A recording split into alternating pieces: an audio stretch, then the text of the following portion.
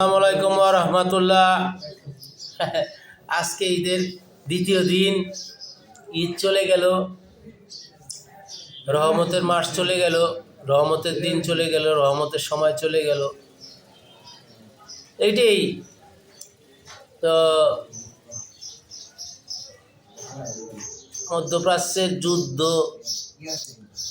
কি পরিস্থিতি, কি অবস্থা, আসল কোনো তথ্য ইউটিউব চ্যানেলে দেখি না।